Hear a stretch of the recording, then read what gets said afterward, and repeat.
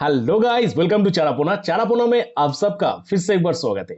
तो दोस्तों, recently union minister mister Narayan Rane के तरफ से एक प्रेस कॉन्फ्रेंस किया गया था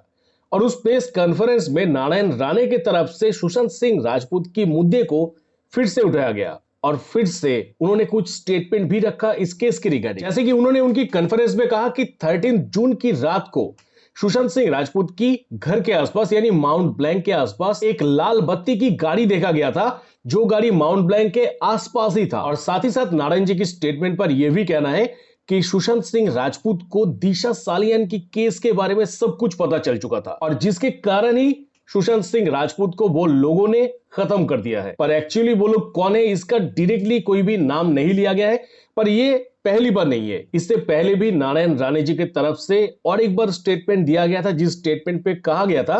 कि सुशांत सिंह राजपूत को उनकी ही घर की बाथरूम पे उनको मारा गया है और वो भी एक बहुत बड़ी गंभीर स्टेटमेंट था। पर दोस्तों, एक सबसे बड़ा चीज ये है कि उनकी स्टेटमेंट को लेके यानी ये जो प्रेस कॉन्फ्रेंस हुआ है ये भी, और इससे पहले जो उन्होंने उनकी स्टेटमेंट दिया है, वो दोनों स्टेटमेंट को लेके अभी तक कोई भी किसी ने भी एक भी इशू खड़ा नहीं किया। मतलब ये देख के कहीं ना कहीं ऐसा ही लगता है कि उनका स्टेटमेंट जिसके ऊपर भी हो या फिर उन्होंने जिसको टारगेट करके ये बात कहा हो वो अलग चीज है, पर जहां तक किसी ने भी प्रोटेस्ट नहीं किया है, मतलब ये जो केस है ये केस कहीं ना कहीं कुछ परसेंटेज सच हो भी सकता है। और जैसे कि नारायण राणे जी खुद सेंट्रल की मिनिस्टर है, तो ये देख के कहीं ना कहीं एक कंफर्मेशन मिलता है कि शायद सुशांत सिंह राजपूत की केस कुछ आगे तक जा रहा है, क्योंकि एक रूलिंग पार्टी की एक सीनियर लीडर होके उन्होंने अगर कुछ प्रेस कॉन्फ्रेंस में कुछ स्टेटमेंट पास किया है तो वो बहुत ही सोची समझी स्टेटमेंट होगा दोस्तों। और दोस्तों, एक रूलिंग पार्टी की सीनियर लीडर की प्रेस कॉन्फ्रेंस के माध्यम से ये कहीं ना कहीं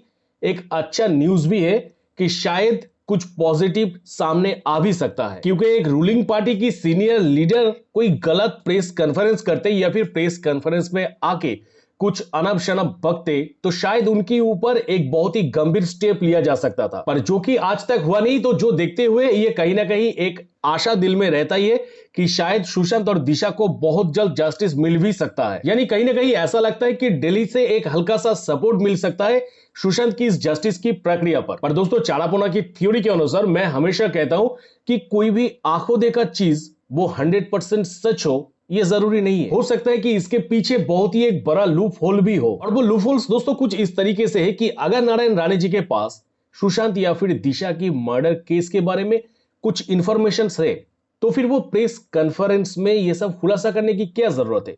वो जाके डायरेक्टली कोई भी एजेंसी के हाथ में ये क्यों नहीं सौंप दे रहे हैं, ये है सबसे बड़ा सवाल। क्योंकि वो भी तो सेंट्रल की ही यूनियन मिनिस्टर है, तो वो तो आसानी से ये स्टेप ले ही सकता है। क्योंकि प्रेस कॉन्फ्रेंस में इतना सारा खुलासा करने से बेटर है जो लोग सुशांत सिंह राजपूत की केस को लेकर इन्वेस्टिगेट कर रहे हैं उन लोगों को जाके अगर हेल्प किया जाए तो शायद ये जो काम है इस काम की प्रक्रिया में थोड़ा सा तेजी आ सकता है। और साथ ही साथ और एक लूप होल्स को अगर देखा जाए तो नारायण राणे जी ज्यादा दिन नहीं हुआ है बीजेपी में ज्वाइन किया है, तो जिसके कारण शायद कहीं ना कहीं यह भी एक चांसेस हो सकता है कि वो प्रेस कॉन्फ्रेंस के जरिए अगर सुशांत सिंह राजपूत की केस को लेके अगर महाराष्ट्र सरकार को टारगेट करेंगे तो कहीं ना कहीं उनका जो छवि है वो सेंट्रल के सामने कुछ अच्छा दिखेगा। यानी आपके सामने आपकी शत्रु की बुराई करके आपको मैं इंप्रेस कर रहा हूं। तो सवाल नारायण राणे जी पे ही रहेगा कि एक्चुअली क्या आपके पास सुशांत सिंह राजपूत और दिशा सालियन की मर्डर केस के रिलेटेड कोई भी डॉक्यूमेंट या फिर कोई भी डेटा है, या फिर ये कोई ड्रामा तो नहीं है। अगर है तो सीबीआई तक वो चीज पहुंचा दीजिए ताकि सुशांत और दिशा की केस में हम ऐसे सालियन को कुछ पॉजिटिव न्यूज सुनने के लिए मिले। तो बस दोस्तों, यही है एक छोटा सा इंफॉर्मेटिव वीडियो जो कि मुझे लगा है